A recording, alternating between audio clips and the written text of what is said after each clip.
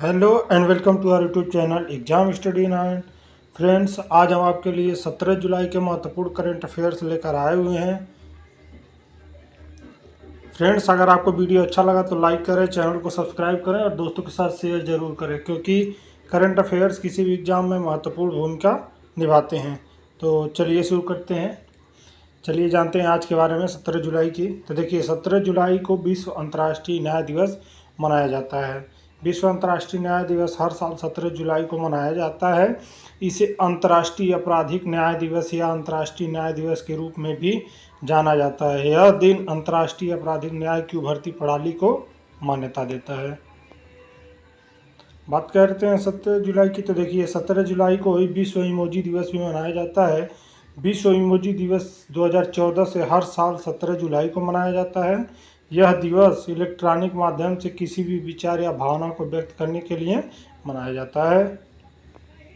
चलिए शुरू करते हैं आज के पहले क्वेश्चन की। तो देखिए, पीएम मोदी ने हाल ही में किस राज्य में भारत की सबसे लंबी सुरंग परियोजना की नींव रखी है? तो ये महाराष्ट्र में रखी है, यानी ऑप्शन नंबर डी इसका राइट आंसर हो जाएगा। देखिए, जान लेते हैं इसके बारे में। देखिए, पीएम मोदी ने मुंबई में भारत की सबसे लंबी और बड़ी सुरंग परियोजना की नींव रखी। मुंबई महानगर विकास प्राधिकरण द्वारा संचालित 16,000 करोड़ रुपए की ठाणे बोरीवली ट्विन टनल परियोजना यात्रा का समय 1 घंटा से घटाकर 12 मिनट कर देगी। तो जान ले, देखिए, टनल के माध्यम से वेस्टर्न एक्सप्रेस हाईवे के वाहन सीधे ठाणे ईस्टर्न एक्सप्रेस हाईवे तक पहुंच सकेंगी। दूरी कम करने के लिए टनल का निर्माण संजय गांधी नेशनल पार्क के नीचे किया जा रहा है। बात करते हैं आज के दूसरे क्वेश्चन की। तो देखिए, हाल ही में भारत के लिए E mobility and R D road map पर रिपोर्ट किसने लॉन्च की है? तो ये अजय कुमार सूद जी ने की है, यानी ऑप्शन नंबर 20 का राइट आंसर हो जाएगा। चलिए जानते हैं इसके बारे में। देखिए, भारत सरकार के प्रधान वैज्ञानिक सलाहकार प्रोफेसर अजय कुमार सूद ने नेट जीरो लक्ष्य को हासिल करने के उद्देश्य से भारत के लिए E mobility and R D road map E mobility and R and D road map for India पर रिपोर्ट लॉन्च की है। यह अनुसंधान परियोजना को 4 महत्वपूर्ण क्षेत्रों ऊर्जा भंडारण, सेल, ईवी में समुच्चय, सामग्री और पुनर्चक्रण में वर्गीकृत है। चलिए बात करते हैं आज के अगले क्वेश्चन की। विश्व धरोहर युवा पेशेवर फोरम 2024 का आयोजन किसके द्वारा किया जा रहा है? तो ये भारतीय पुरातत्व सर्वेक्षण के द्वारा किया जा रहा है, यानी ऑप्शन नंबर ए इसका राइट आंसर हो जाएगा। देखिए, विश्व धरोहर युवाओं का क्षमता निर्माण और अवसरों की खोज विषय पर युवा पेशेवर मंच world heritage young profession forum 2024 का आयोजन भारतीय पुरातत्व सर्वेक्षण द्वारा नई दिल्ली में किया जा रहा है। बता दें कि भारत में पहली बार 21 से 31 जुलाई 2024 तक नई दिल्ली में यूनेस्को द्वारा प्रतिष्ठित विश्व धरोहर समिति की बैठक का आयोजन किया जाएगा। बात करते हैं अगले क्वेश्चन की। तो ICAR का एक वैज्ञानिक एक उत्पाद कार्यक्रम किस क्षेत्र में अनुसंधान को बेहतर करने के लिए शुरू किया जा रहा है?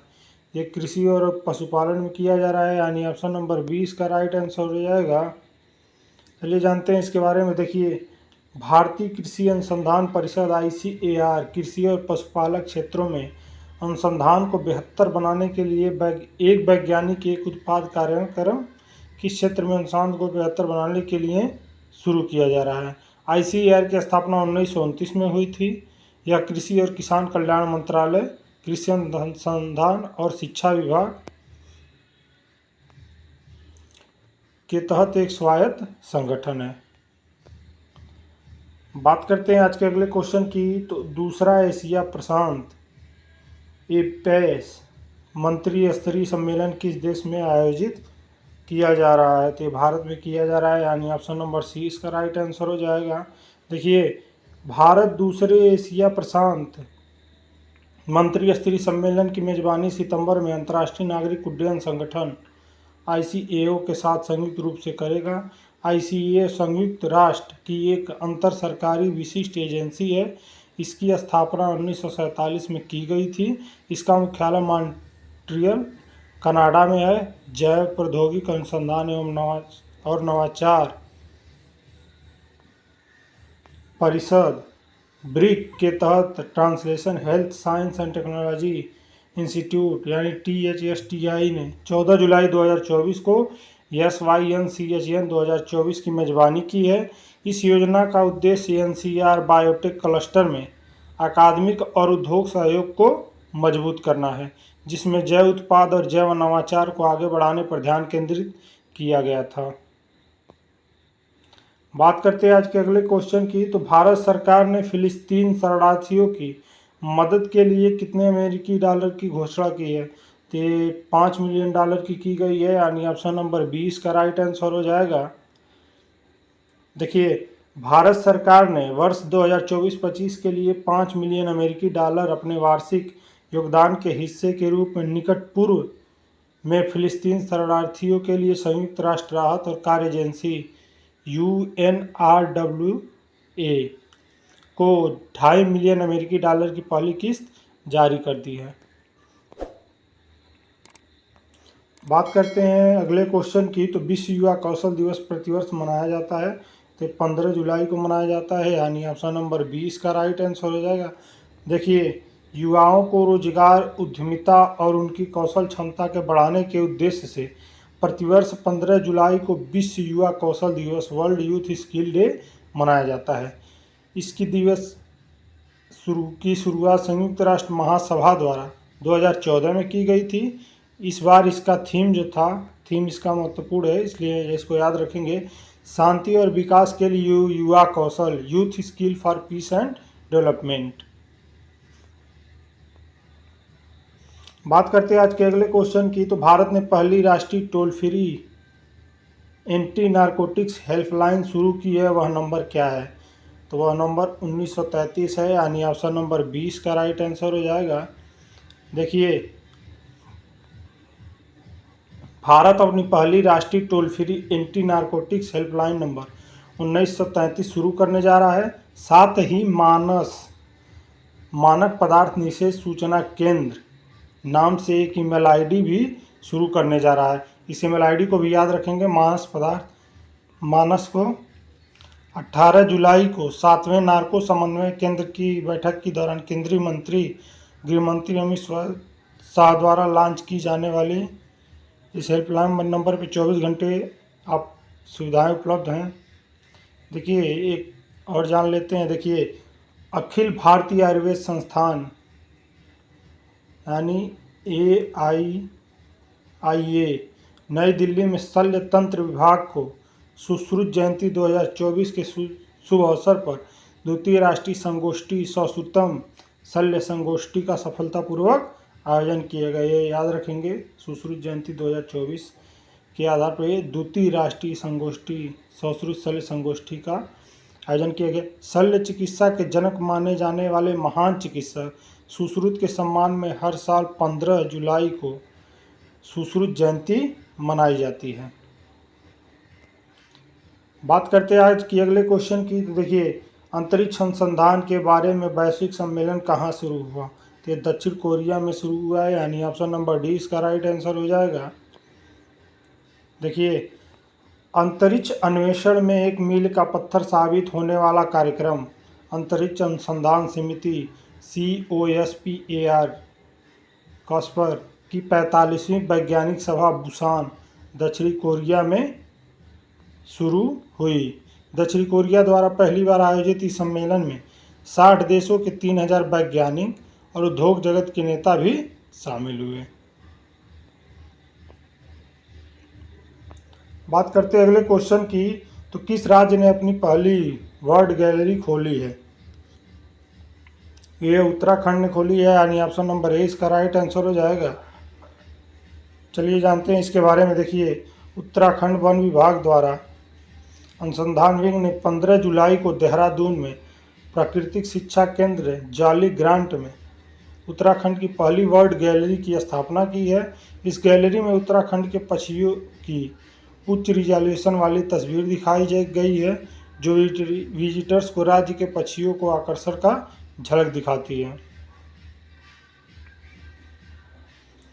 बात करते हैं आज के अगले क्वेश्चन की। दुनिया की पहली 3D प्रिंटेड इलेक्ट्रिक एब्रा का परीक्षण कहाँ शुरू हुआ है। एब्रा जो है एक स्टीमर के जैसे पानी में चलने वाला नाव का जैसा है, ये दुबई में शुरू किया है, यानी ऑप्शन नंबर सी इसका राइट आंसर हो जाएगा।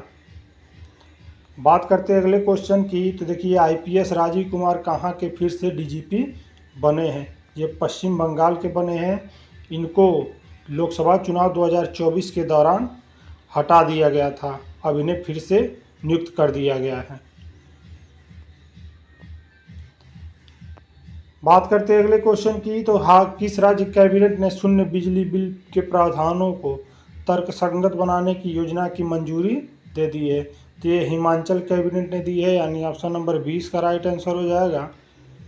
बात करते हैं अगले क्वेश्चन की। तो देखिए भारतीय रेत कलाकार सुदर्शन ने अंतर्राष्ट्रीय रेत मूर्ति कला चैंपियनशिप में कौन सा पदक जीता है। तो ये स्वर्ण पदक जीता है, यानी ऑप्शन नंबर ए इसका राइट आंसर हो जाएगा। देखिए प्रसिद्ध रेत कलाकार सुदर्शन पटनायक ने 12 जुलाई को रूस में आयोजित एक अंतर्राष्ट्रीय चैंपियनशिप में गोल्डन सैंड मास्टर पुरस्कार जीता है। अंतर्राष्ट्रीय रेत मूर्ति कला चैंपियनशिप का आयोजन 4 से 12 जुलाई को सेंट पीटर्सबर्ग के प्रतिष्ठित पीटर और पाल किले में किया गया था। इस कार्यक्रम में 21 मूर्तिकारों ने भाग लिया था। बात करते हैं आज के अगले क्वेश्चन की। तो देखिए किस देश ने लॉस एंड डैमेज फंड के बोर्ड की मेजबानी के लिए चुना गया है। तो ये फिलीपींस को चुना गया है, यानी ऑप्शन नंबर डी इसका राइट आंसर हो जाएगा। देखिए फिलीपींस को संयुक्त राष्ट्र वार्ता द्वारा बनाए गए loss and damage fund board की मेजबानी के लिए चुना गया है, जो ग्लोबल वार्मिंग से प्रभाव से उबरने और पुनर्निर्माण के लिए देशों को वित्तीय सहायता प्रदान करने की दिशा में एक कदम है। पिछले महीने विश्व बैंक ने बोर्ड ने बैंक के लिए 4 साल के लिए कोष को अंतरिम मेजबान के रूप में कार्य करने की योजना को मंजूरी दी थी। फ्रेंड्स अगर आपका वीडियो अच्छा लगा तो लाइक करें, चैनल को सब्सक्राइब करें और दोस्तों के साथ शेयर जरूर करें। धन्यवाद।